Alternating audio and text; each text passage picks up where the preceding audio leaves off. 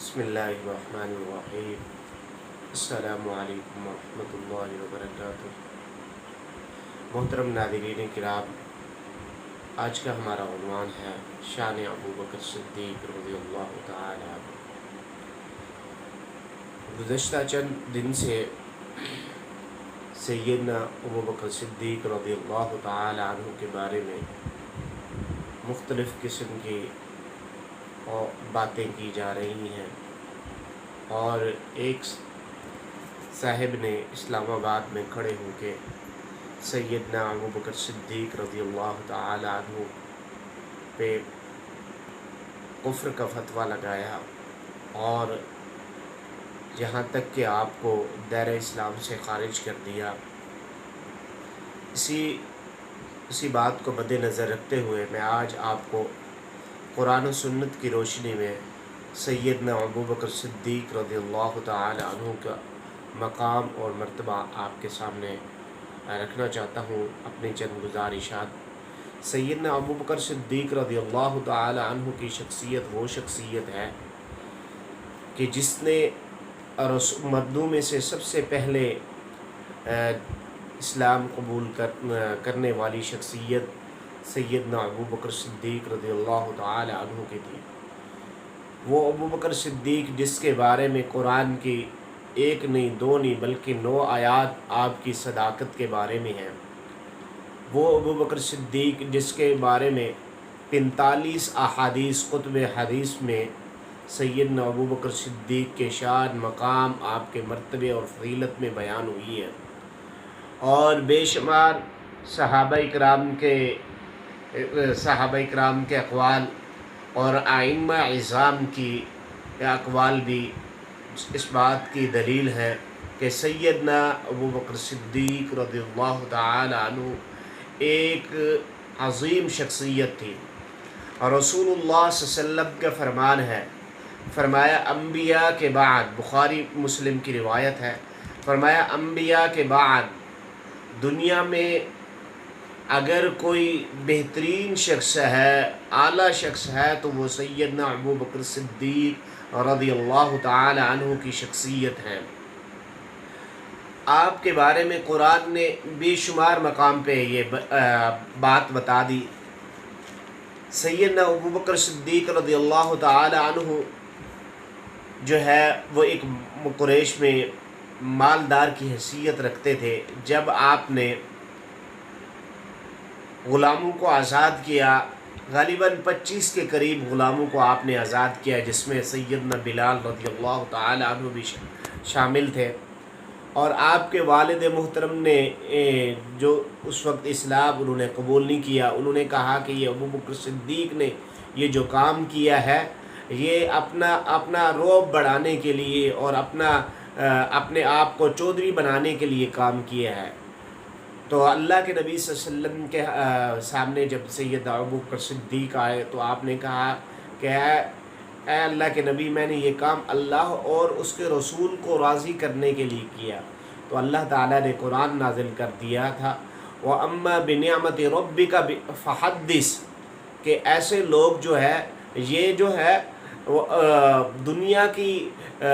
مال و دولت نہیں چاہتے، بلکہ سورۃ غاشیہ کی چند آیات اللہ تعالیٰ نے نازل کر کے یہ بات بتلا دی کہ اس نے جو ابو بکر صدیق نے جو کام کیا ہے یہ اللہ کی رضا کے لیے کیا ہے، یہ دنیاوی جو ہے عہدے کے لیے، دنیاوی لالچ کے لیے نہیں کیا۔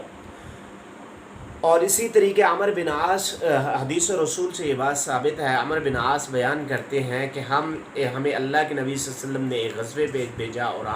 میں اللہ کے نبی صلی اللہ علیہ وسلم کی مجلس میں حاضر ہوا، اور میں نے کہا اللہ کے نبی آپ کو دنیا میں سب سے زیادہ پیار محبت کس سے ہے؟ تو آپ نے فرمایا عائشہ سے۔ عمر بن عاص کہتے ہیں تو میں نے کہا اللہ کے نبی صلی اللہ علیہ وسلم عائشہ کے بعد آپ کس سے محبت کرتے ہیں؟ تو فرمایا عائشہ کے باپ سے، اور فرمایا پھر میں نے پوچھا تو کہا عمر فاروق سے۔ آپ یہاں سے اس عمر بن عاص کی حدیث سے اندازہ لگا سکتے ہیں کہ رسول اللہ صلی اللہ علیہ وسلم کو کس قدر محبت تھی۔ اور اسی طرح فرمایا جنت کے 8 دروازے ہیں، ان تمام دروازوں کو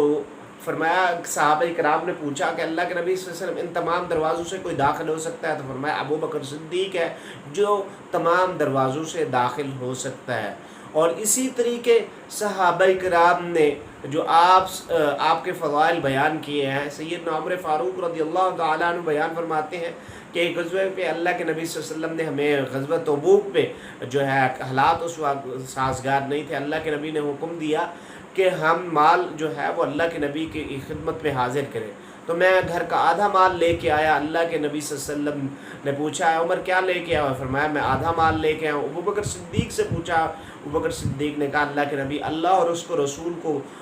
کی محبت گھر میں چھوڑ کے آیا ہوں، باقی جو کچھ گھر میں تھا وہ آپ کے قدموں میں رکھ دیا ہے۔ یہ ہے اللہ کے نبی صلی اللہ علیہ وسلم کے ساتھ سیدنا ابو بکر صدیق کی محبت۔ اور اسی طریقے اقوال صحابہ بھی ہے۔ سیدنا علقمہ ایک مقطوع روایت بیان کرتے ہیں جو تابعی ہے، وہ کہتے ہیں کہ میں نے صحابی سے یہ بات سنی تھی سیدنا ابو ہریرہ سے، فرمایا جو ابو بکر صدیق سے بغض رکھتا ہے گویا کہ وہ رسول اللہ صلی اللہ علیہ وسلم کی سے بغض کرتا ہے، یعنی اللہ کے نبی صلی اللہ علیہ وسلم ابو بکر صدیق کو کے ساتھ بے انتہا کی محبت کرتے تھے۔ اور آپ کے جب آپ جو ہے ہجرت کا سفر کیا تو آپ نے انتخاب بھی سیدنا ابو بکر صدیق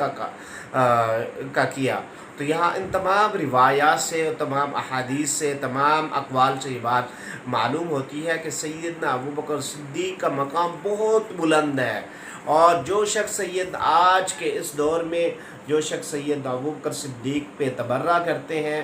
اور سیدنا ابو بکر صدیق کو جو ہے یہ کہتے ہیں کہ سیدنا ابو بکر صدیق نے اور عمر فاروق اور عثمان نے جو ہے وہ زیادتی کی تھی اہل بیت کے ساتھ، یہ سراسر باتیں جھوٹ ہے۔ امام جعفر صادق رحمہ اللہ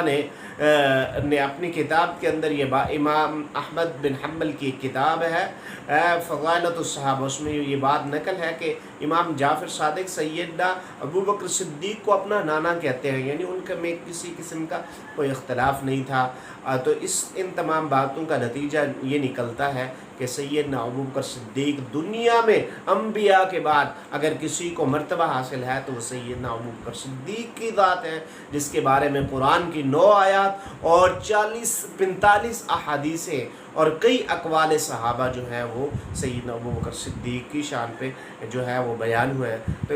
میری بات کرنے کا مقصد یہ ہے کہ سیدنا ابو بکر صدیق جو ہے وہ بہت اعلیٰ مرتبے کے حامل ہیں۔ جو شخص آج سیدنا ابو بکر صدیق کے بارے میں بات کرتا ہے، طعن کرتا ہے، وہ اپنا جو ہے اپنی آخرت کو برباد کرتا ہے اور اس کا ٹھکانہ جو ہے جہنم ہے۔ بس میں اسی بات پہ اتفاق کروں گا۔